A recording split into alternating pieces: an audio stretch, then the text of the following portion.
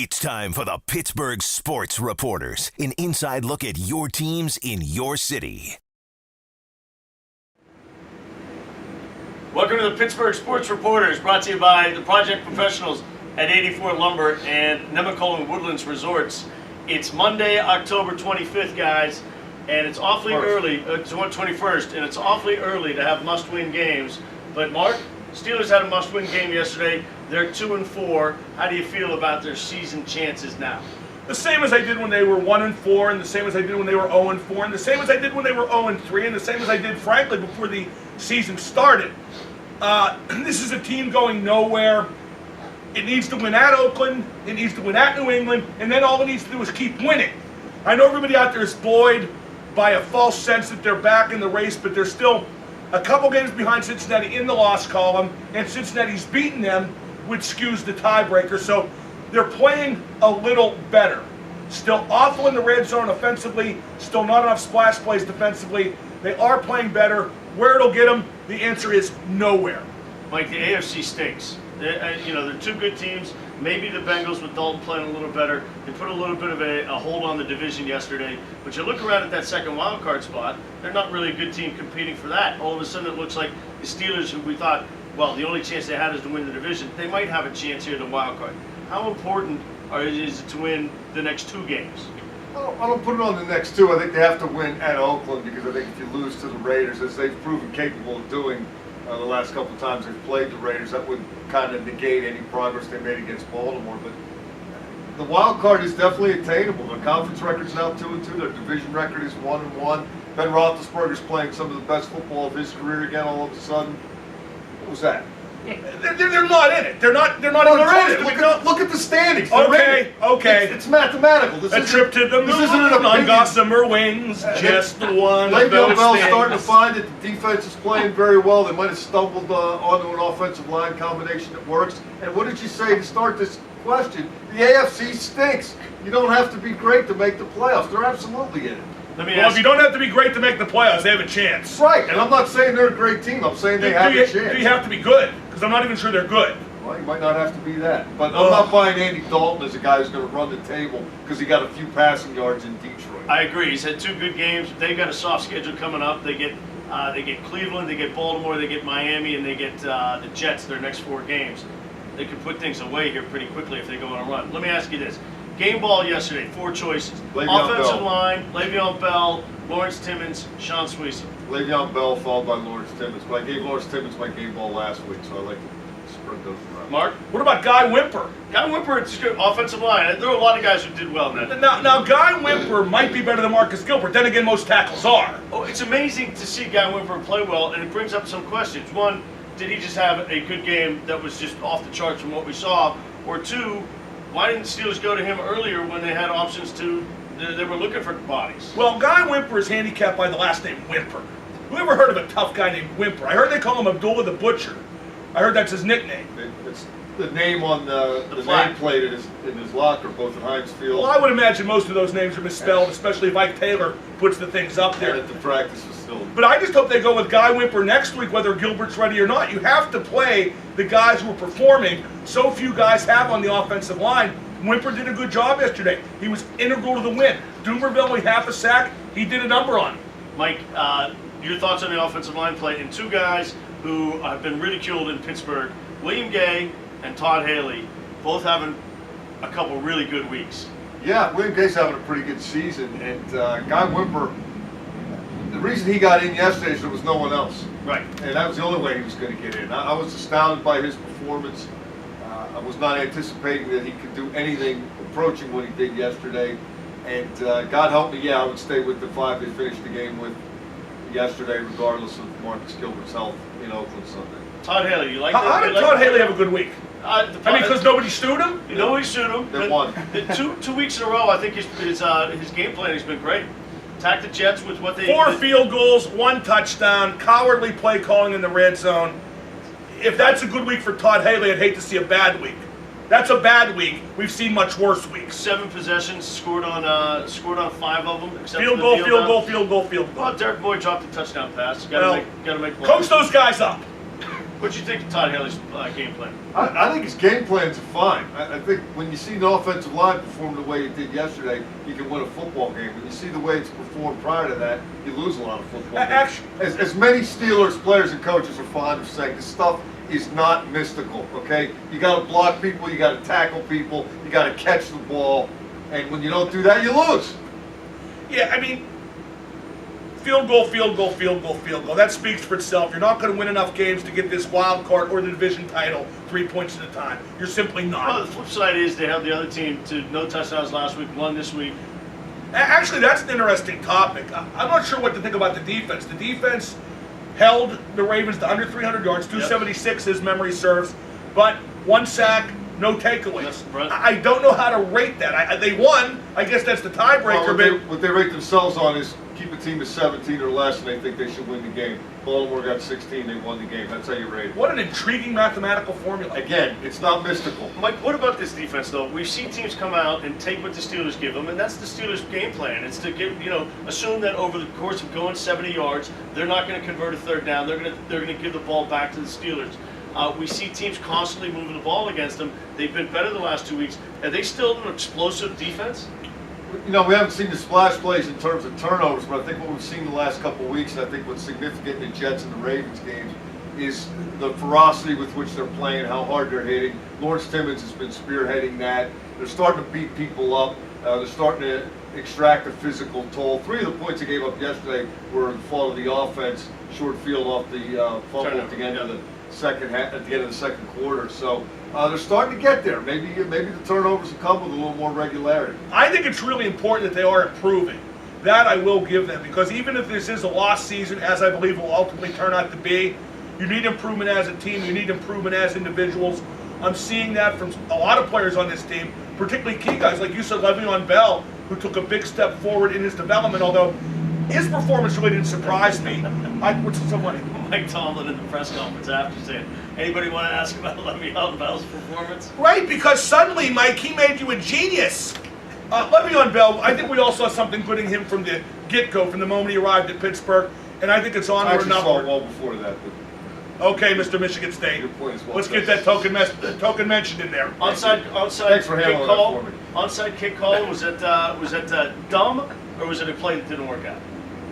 Well, it's definitely a play that didn't work out. The way guys do these things is they think they see something on film. It's not usually, hey, let's roll the I need dice some here. points They're here. not going to expect it. They see a guy retreating or something they feel that they can exploit, and if they execute their play, it can work. Now, Baltimore was offside, so it wasn't going to work And anyway. Stevenson Sylvester killed Tucker. Love the Killed way he him. responded to it. The special teams, that's another area where they're getting better. For the first time yesterday, you saw some returns that actually made a difference. 3 big returns. Felix Jones, Emmanuel Sanders, and Antonio Brown on the punt return. And Jacoby Jones and Tannen Doss are lethal, combustible, game-changing guys, as the Steelers saw firsthand last year. They didn't allow themselves to get beat by special teams, and they actually saw their special teams help win the game. Mark, they win in Oakland. Coin flip. Mike? I mean, they don't often. So, and you know what? This will be the one weekend Terrell Pryor doesn't make any turnovers. The Steelers' defense will make Terrell Pryor protect the ball. I think they probably will. Yes. They win in Oakland. Yeah, I think they'll win in Oakland. I think the recent history is going to keep everybody's eye on the ball, and I think the momentum generated from beating Baltimore in a game that the players perceived as must-win. Lamar Woodley said it after the game. We were playing for our season. I don't think they're willing to give that up just yet. I have my doubts against Tom Brady because I have my doubts every time they play Tom Brady. But even if we're doing this a couple weeks from now and they're 3-5, I think mathematically they're still going to. Yeah, be in. absolutely. They got to win the Oakland game because they're going to lose a game along the way here. Then they get 2 at home. Well, I would like to take a moment to lecture Emmanuel Sanders, who I believe is probably one of the literally 10 or 12 people watching this. Why did you not flip into the end zone? On that punt return, you could have flipped into the end zone, made a total jackass of yourself, even more so than the flip because the touchdown did not count. What happened to I'ma be me? I'ma be me? That was a motto that the kids out there can latch onto, that they can build their lives on, build their athletic careers on. I'ma be me. And then you don't flip into the end zone, you dirty, rotten, cowardly hypocrite. Oli Mata. Penguins got to make some decisions. Game 9 tonight against the Avs, 2 7-1 teams. Penguins come off another good win against the Canucks on Saturday. Is he going or is he staying? I got a feeling he might be staying, and I got a feel, at least, I shouldn't say I have a feeling, but I have an opinion that their backup goaltending situation is unacceptable right now. And they're going to have to sooner or later do what needs to be done to get that fixed, Dave. And if that requires trading a Matt Niskanen or somebody to clear up some salary cap space so they can get a capable backup goaltender, then you might see the kid stick around. What Mike Prisuta described is exactly what they should do. Well thought out. Thank you. But they won't, because they just love Matt Niskanen. The totally logical thing to do Does is... it have to be Niskanen? I think so, because if you're going to keep Mata, you got to have a place to play him. Yep. And I don't think they're How going to about trade... Red Wing? Who, Matt Niskanen? Mata. No. Or Prisuta have that marked up? No. Engelland. Engelland, whatever. See, I'm more worried instead of finding space to play Olli Mata, they might find space to play Derek Engelland. Oh, they're gonna. It looks like they're gonna for a while. Well, right wing, Yeah. which is just so idiotic. But Dan Bosma loves Derek Engelland. Dan Bosma loves the fringe guys who try hard because they remind him of himself. Don't laugh, that's the truth. I'm with you. That's the truth. But they should trade Niskanen and keep Mata, use the cap space to get a veteran backup goalie. But they really like Matt Niskanen. Does any of it matter? Yeah, it does. Mata is a game-changing defenseman who's going to be a lot better than he is now. He's proven now a lot better this season. Are we looking at a Garrett Cole 82 situation games where playoffs. I'm thinking about they can decide at 9, they can also decide at 39. And the point being, one is for the juniors, one is for the free agency year. Do we care? See, I just Play want to with win your best hockey players? games. I just want to win hockey games. I don't worry about that stuff if Olli Mata is one of the 6 best defensemen in the organization, which I think he clearly is. Hell, he might be one of the best 4. Mike, you with that? I mean, he looks pretty good. I don't have the same feeling I had when Jordan Stahl was going through this, back when they were a lot more concerned about the finances of it and should they keep him or send him back. He played so well at the start of his career. They had no choice but to keep him. I've been impressed by Mata. I haven't been blown away, but there is a physical skill set there. There seems to be a poise and a comfort at this level that I didn't expect. Well, I'm more blown away by what he'll be in mid-April after 82 NHL games, what he'll be able to contribute in the playoffs, especially if, God forbid, a top 4 defense would go down and you need to move him up there in that situation. You got to think about that, too. If Mata goes back to juniors, he can't return till their junior season's over. And why is that? That's just the rule. Because we're letting Canada dictate. Whatever. The London Knights host the Memorial Just to protect Cup, the which stupid, means antiquated Canadian juniors. it's agenda time here on whatever this show's called. Olli Should they be able to send him to the AHL and then call him back if they need him? They should be able to he's send a him to professional hockey They should be player. able to send him to NAM if that's what they want to do. Right. He belongs to them.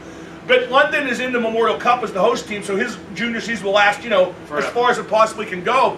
If a top 4 gets hurt, I want Mata available to fill in that spot in the playoffs because by then he will definitely be good enough. Because the host team gets in the Memorial Cup just because. Simone Dupre, an afterthought. Isn't that stupid? Last name for you guys. Who? Simone Dupre. Last name, AJ Burnett. The Pirates, $14.1 million qualifying offer. There was a little Twitter word last night. I guess AJ was talking about who was waving the towels. Who cares about that? The Pirates spend the money on AJ Burnett or not? $14.1 million. You make the qualifying offer. You try to get a deal done at 15 or so million. I don't think there's any room for him in the rotation. There's plenty of room for him in the rotation. He's no worse than their 3rd best pitcher. He's no worse than their number 3 next year.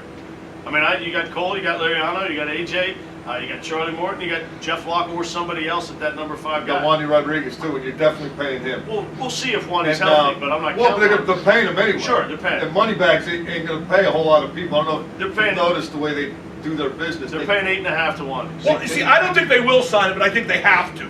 But I think this offseason... You give him the qualifying offer, you have to give him that. Well, you what if get he doesn't the take draft- it? No, right, but you get the draft pick if he signs What if he somewhere does else. take it? Then you got him for 14. Then you're stuck with him. No such thing as a bad 1-year deal. You're stuck with the They guy gave who it had a to Mark- career give it league. 14 to Wait, no, Mark hold it. You How give are him you 25 stuck? extra. Marlon Bird over AJ Burnett, cut the camera. We've all gone crazy. Marlon Bird's a 36-year-old steroid guy who was in Mexico last year. It's like signing Jake Tabor to catch for the Indians in Major League That worked out well. for one season. He managed the next Did year. he manage? No such thing as a bad 1-year deal. They're Finally getting beat the White Here's Sox? the deal. We talked about this before, but they're getting $25 million extra. They had a $70 to $75 million payroll this year. How much is Bob Nutting obligated to spend this coming season? Everybody's getting an extra $25 In his million. mind or ours? Yours. You see, Is it 100? I don't trust the guy. He had one good season. I don't trust the guy. I just can't trust the guy. And this offseason will show whether I'm right or wrong. Because I don't think he's going to spend appreciably more, if any more. The final 4 payrolls were number 2, number 4, number 5, and number 11. How about the final 8 payrolls or 10 payrolls? That now you can get there with what he's spending. You and think how he he's should doing. spend this extra The 25 teams million? in the final 4 were the numbers 2, 4, 5, and 11 payrolls, and this is not an aberration. You mean that's not coincidence? No, this Oh is my the God. trend in baseball. When you get serious, when you get to playing for the pennant, it's the teams who have spent money that are playing for the pennant. Once you get in the playoffs, it's a crapshoot. You're rolling dice. It is not. You're a sabermetrics guy. I am. That's not but how it you works. play a 5-game series, a 3-game series, a 7-game series. You know what? it's- It is a crapshoot, but 7 still comes up more than any other number. Sure, 7 comes up more often. All right. Final thoughts. Is AJ a Pirate next year? No. No. I think he should be. You don't. Penguins- But no, I don't think Penguins so. Beat the Avalanche tonight? Yeah, why not? They're playing at home. The Avalanche ain't as good as their record. Yeah, I think the Penguins. Penguins blow them out tonight. We're all agreed Steelers beat the Raiders next weekend? Well, we're agreed. That doesn't mean it's going to happen. We're agreed. Does Darryl LaMonica still play for Oakland? The Mad Bomber? That's going to wrap it up. This edition of the Pittsburgh Never Sports convicted, Reporters. Terrell. Never Mike convicted. Prisuta, the Steelers Radio Network and WTVE. Mark Madden, 105.9 The X, and David Todd, 970 ESPN. Thanks for watching.